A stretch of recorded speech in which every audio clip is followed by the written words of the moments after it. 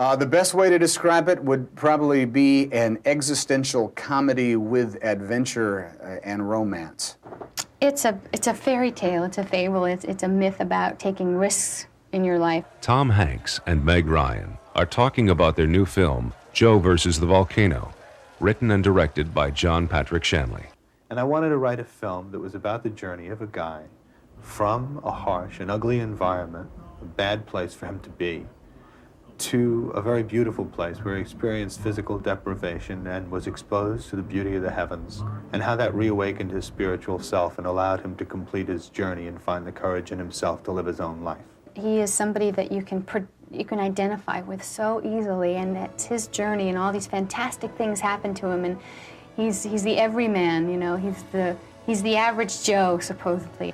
I think that Joe has been scared like I have been scared in the past, and I think that Joe has been down like I have been down in the past. But I think that Joe is willing to experience the other people that he does in this movie, and I must say that that's been my saving grace as well. I've always thrown in with some decent blokes. Playing opposite this every man is an every woman. I play three characters who pretty much parallel and mirror his kind of spiritual journey, really. I'm the karma woman he meets along the way. I'm the different women that he's kind of ready for at each particular time in his life. The first woman Meg plays is Dee Dee. And she's really modeled after one of my dogs, actually, Lucille, who is very happy to have even a morsel of affection or food. I like Dee Dee. I like Dee Dee a lot. I wanted to take Dee Dee home and treat her really well. Then she's Angelica. Angelica is sort of like a teenage sort of nightmare. Who is the Los Angeles waif who has given herself over to a lifestyle that has taken her soul away, and she cannot get it back even no matter how much she tried. And finally, Patricia. She's a captain of her own ship. It's a great metaphor, really. She, of course, is the real woman for Joe, and when Joe comes across her, he's mesmerized and what's the word? And inspired all at the same time. I love you. I've fallen in love with you. I've never loved anybody. I don't know how it happened. I never even slept with him or anything. And now you're gonna kill yourself. Can you give us a minute? You love me? Yes, I love you. I can feel my heart. I feel like I'm going crazy. You just can't die and leave me here on the stinking earth without you. I've got to do it. Why? Why? The chief doesn't even want you to do it. Do you, Chief? Because I have wasted my entire life, and I'm going to die. Now I have a chance to die like a man, and I'm going to take it. I've got to take it. I love you. I love you, too. I've never been in love with anybody before, either. It's great. I am glad. But the timing stinks. I gotta go. Overseeing all these characters in this unusual tale is screenwriter Shanley, making his directorial debut.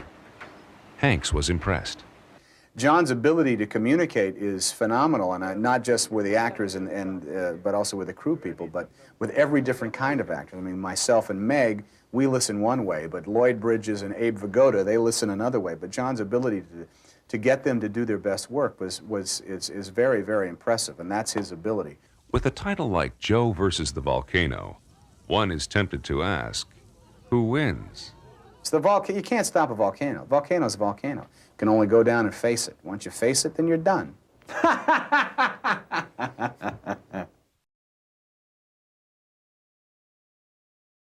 There you go. Well, this crew.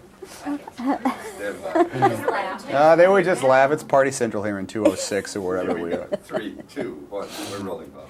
Tom, now what is this nonsense about I intimidate you? What do you mean? Well, now we've talked. I think maybe this may be our 4th or 5th time now, and I just feel as though I have to give the best answers and be on my best behavior when I speak with you, and you just carry that authority with you. I hope that doesn't intimidate you now. Are we going to get through this all right? We're going to be. I think you're going to reach out and whack me with a ruler if I don't give you right on my knuckles or something like that. can't help that. Well, what I want to say to you, first of all, is that I love this movie, Joe glad to hear versus that. the Volcano. Now, that's got to make you happy. But I want to say even further that I had the same wonderful feeling coming out of this one that I had coming out of Big. I just felt like Big was going to be a big hit. Well, from your lips to Pelicula's ears. Pelicula, the god of film, you see. He's the god of film. It's an ancient Aztec thing. He's not who are these natives in the movie? The Waponis. Waponis. Maybe he is a Waponi god, as a matter of fact. Yeah. Okay. Yeah. Was this role more difficult for you than Big? It was, yes, I'd have to say. So Big was an extremely approachable kind of role. I just kind of unleashed everything in order to go for Big. To play Joe Banks required a great reining in of, I think, my usual process. Even in rehearsing with John Shanley, who wrote it and, and directed it, I have a tendency to just start from a highly charged, energetic point of view, like attaching a sled to a Brahma bull, you know, and the thing I usually just take off. And from the very first day, John started calling me back and just saying, you don't sell yourself into anything here. You have to let this bubble up slowly. So the dialogue that John writes, which taken out of context can be very convoluted, is loaded with phrases that have an awful lot of thought and planning behind them. Even when Joe is saying things like, I don't know, and that's the whole line, or yeah, or, well, what do you mean? It has with it an awful lot of connotations that I had to build from a much slower and lower place than something like Big or some of the other movies that I've done. You seem to get into these films that have a fantasy quality in them. And is this something now that when people have that kind of script, they say, oh, I've got to have Tom Hanks. Is that what's going on? Yeah. Well, I hope not. It always makes its own rules, you know. There's certainly millions of things out there. We seem to be in a fantastic period of movie making, you know. Even we have, the idea of archaeologists end up taking on the Nazis in World War II. That's kind of fantastic as well. And there's an awful lot of angels, and there's still plenty of body switching movies that are going on even as we speak. But you can't go off and just make a fantasy because a fantasy is commercial. You have to have a very true emotional core to it, and we certainly had that in Big, I thought. And that's what John wrote here as well. There is a bona fide theological or philosophical question about man's place in the universe that is being examined in Joe versus the Volcano. And how do you do that without, being a hideously boring movie? Well, you end up having a guy dance around on steamer trunks in the middle of the ocean. That's pretty much how you do it, and that makes it, hopefully, approachable and accessible for a big mass audience that isn't going to think they're going to come and get a frying pan of big ideas smashed up against their head. That hurts after a while. But this is instead it's like an existential comedy with adventure and romance, but always coming back to that very, very specific emotional question that has to be examined. And that's good storytelling, and hopefully it's good movie making. Do you take the audience into consideration when you choose your roles? In other words, do you try to think how they will respond to you in that role? No, not really. I just, if I identify with it, that's pretty much all that it takes. Then that other stuff is always a crapshoot anyway. It's a roll of the dice. It's hard enough to make a good movie, but if you start trying to predict what the audience will or will not believe or buy, well, then you just start playing it incredibly safe. And in that case, I probably wouldn't have done Joe versus the Volcano because of the nature of this. The storytelling of the movie is so, it's unpredictable. It's unorthodox, as a matter of fact. If you were offered, and maybe you have been, a real sleazy character, I mean, this guy has no redeeming qualities at all. And that's something that I don't think audiences would expect you to play. But if you were offered that kind of role, would you do it? Sure, yeah, you bet. If the story was good and if it was being made by crackerjack people and it was going to be a good movie, yeah, I'd do that. I could go off and manufacture that choice very easily, in another week or so. But that's not the point. The point is to still make good films that are going to surprise people.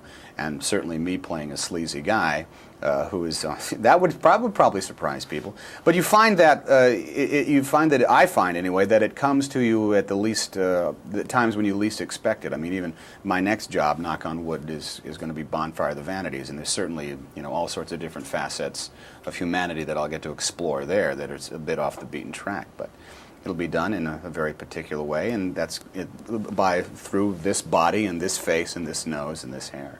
So we'll see how it goes. And when will that be out?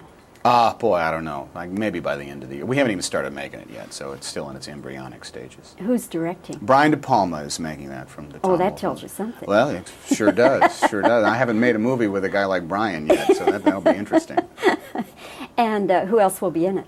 As of now, Bruce Willis and Melanie Griffith. That's the only cast members that I know of. So it's this is no small potatoes movie that we're going to be making. And your character is what kind of? I'm Sherman. I play Sherman McCoy, who is this guy who thinks he has the world by the tail and ends up just losing it all. But at the same time, he regains his soul in the process of it. All right. It'll be different. We'll be looking forward to that. Meanwhile, I will enjoy telling everybody how much I enjoy Joe versus thank you. the Volcano. And thank you for not whacking me with a ruler. Oh, we're not finished yet. Oh, okay. Yes, ma'am. Thanks. Thank you. Great. Great. Thank you. Meg, first of all, it's good to see you again. Nice to see you too. John Shanley, when he first wrote Joe versus the Volcano, did not have one actress in mind. He wrote it for 3 separate actresses. Was that your idea, that you take on such an undertaking of playing all 3 characters, or was that... No, see, I always thought it was going to be one person playing 3. I don't know. It surprises me that he intended 3 people to play it. Yeah, well, he said that was his first idea, but then when you came on the scene, then that's when he started...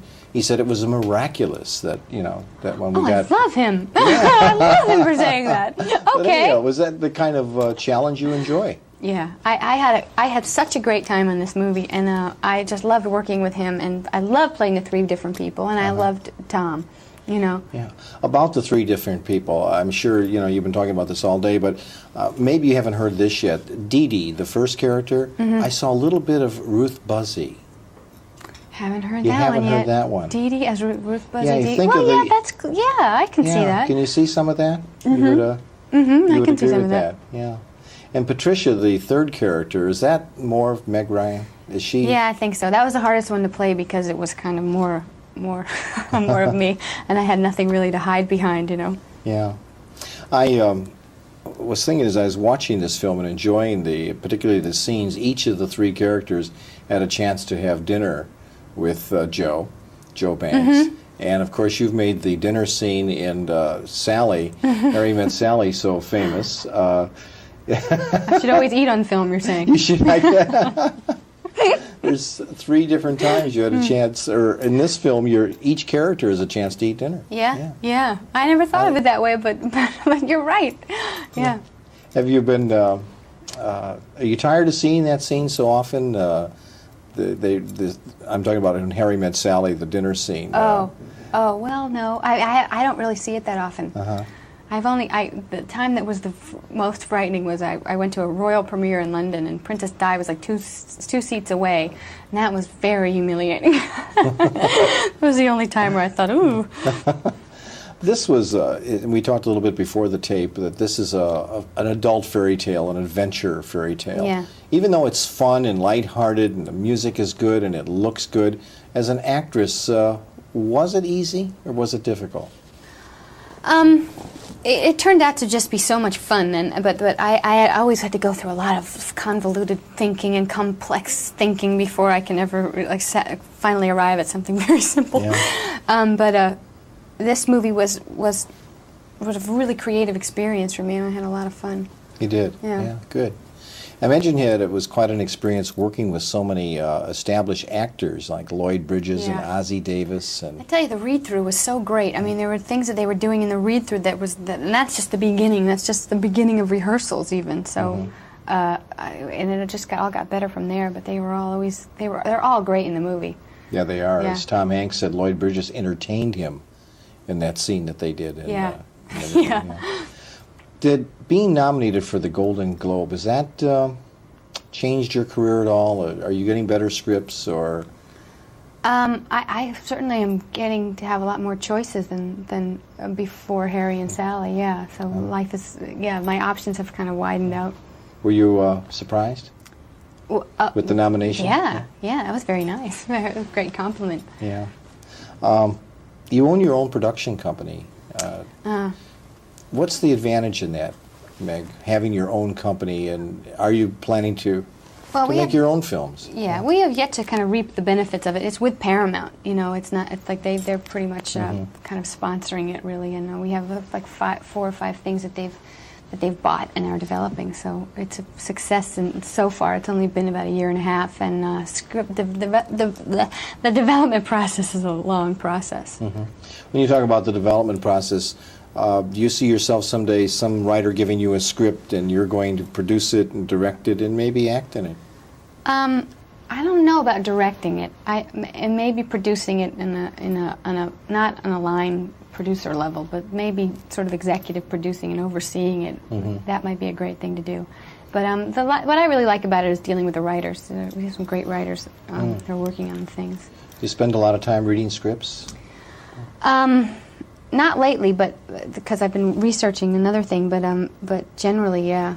Well, they're saying that westerns are coming back, and maybe you'll spend some time in Arizona doing an old-fashioned western. Yeah. I hear Tucson's a great place. I have a couple friends there. Yeah, it is. Yeah. It's a beautiful city, and they're shooting young writers there right now. Brett Cullen is a friend of mine. He's working on that. Oh, really? Yeah. And they just finished Young Guns 2. Oh, really? Yeah. Wow. So maybe, you know, you never... The capital of Hollywood's you never moving know. east. Yeah. And if that doesn't happen, is there a chance that Joe and Patricia may, their raft may land someplace and there be a sequel to... I don't know. I love the idea of it. I would work with them in a second. Would you? In a second, split second. Well, it's good to see you again, and keep working because you give a lot of us enjoyment. Oh, thank you very much. It's nice to talk to you. Thank you. Thank you.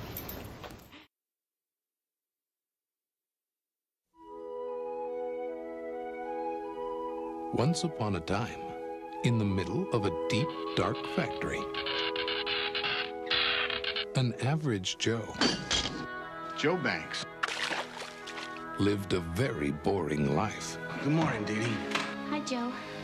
What's with the shoe? Losing my soul. Yeah. Until one day, he found out his life was over. I'm not sick except for this terminal disease. That's right. You have some time left, Mr. Banks. Live it well. And that's Joe Banks? when his adventure began. You and I might be able to help each other. I want to hire you to jump into a volcano. A total red carpet situation. It's wine, women, and song in the sweetest little paradise you ever saw. A real journey. Are you Joe Banks? Yeah.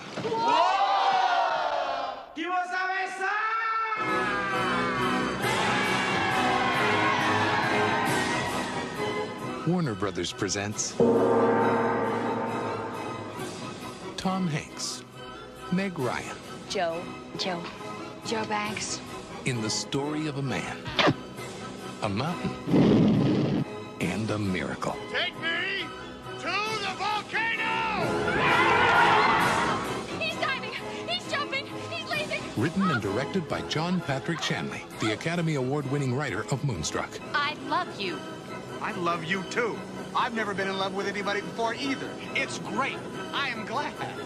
But the timing stinks. I gotta go. Joe versus the volcano.